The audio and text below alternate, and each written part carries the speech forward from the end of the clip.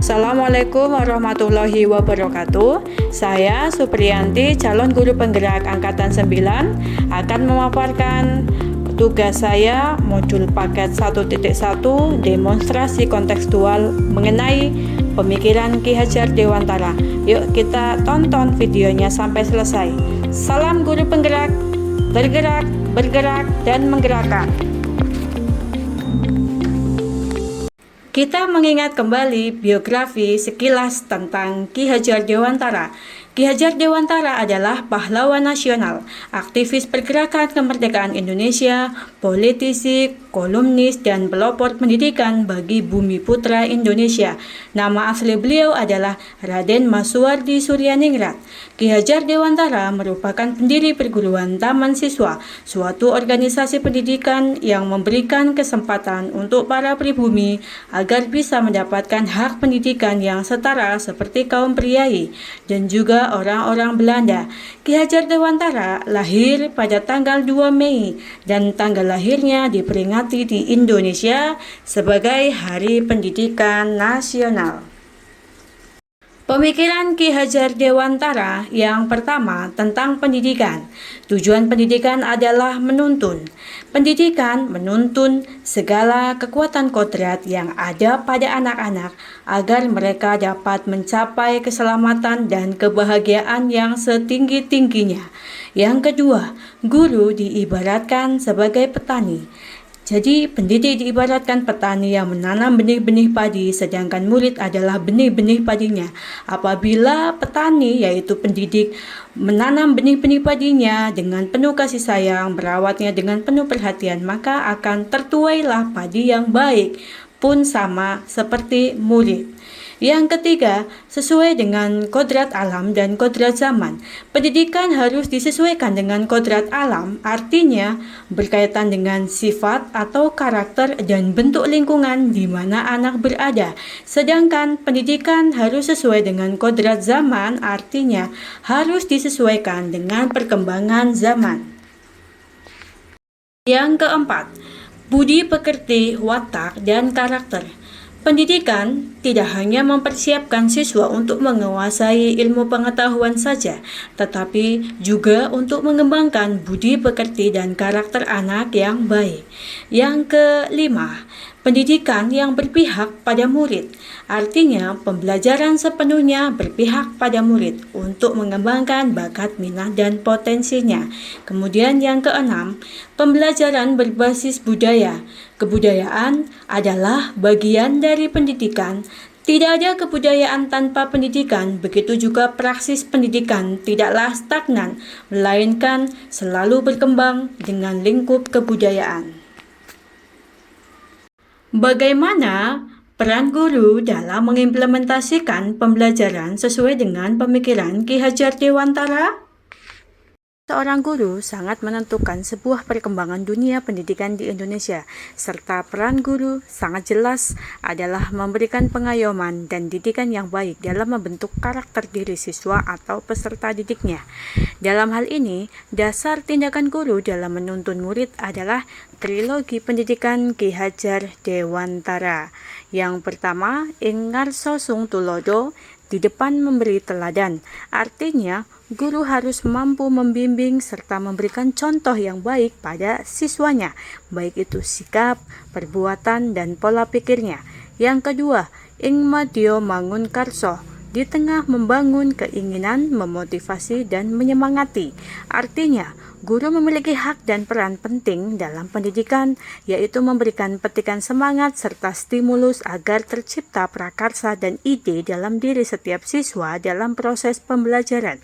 Yang ketiga, tutwuri handayani, di belakang mendorong. Artinya, guru untuk selalu merawat anak didiknya dengan tetap mengontrol serta memberikan arahan dan dukungan dengan baik dan benar dalam situasi apapun. Peran guru diantaranya yang pertama sebagai among. Sebagai among, memberi kebebasan yang seluas-luasnya pada peserta didik agar dapat mencapai kemerdekaan belajarnya. Namun, kebebasan yang diberikan adalah kebebasan yang bertanggung jawab. Yang kedua, motivator dan fasilitator.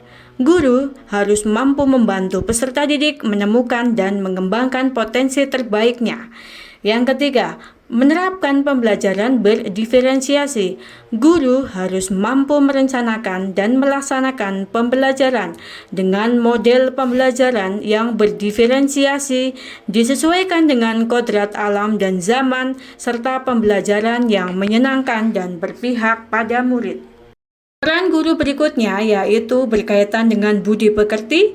Guru harus mampu melaksanakan pembelajaran yang menekankan nilai-nilai budi pekerti yang luhur sehingga dapat menebalkan laku anak atau peserta didik. Kemudian, berbasis budaya lokal, guru harus mampu menciptakan pembelajaran yang berbasis budaya. Pembelajaran berbasis budaya adalah pembelajaran yang memanfaatkan lingkungan sosial budaya setempat sebagai sumber belajar.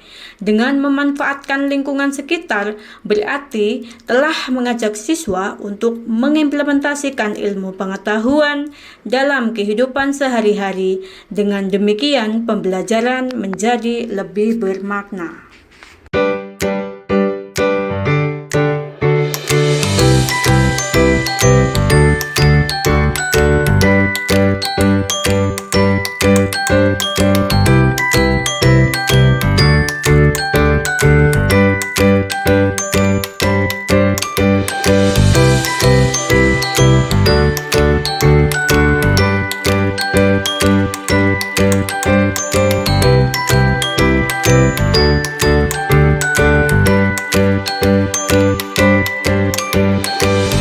Tantangan yang berkaitan dengan pendidikan di Indonesia kita saat ini, yang pertama, tuntutan orang tua dalam orientasi pendidikan di sekolah ditekankan pada aspek kognitifnya saja, tanpa melihat bahwa anak memiliki bakat, minat, dan potensi yang berbeda-beda. Solusinya adalah warga sekolah menyepakati bersama bahwa orientasi pendidikan di sekolah berdasarkan kebutuhan dan potensi murid, serta melaksanakan program pertemuan antar komite sekolah, orang tua murid, dan guru.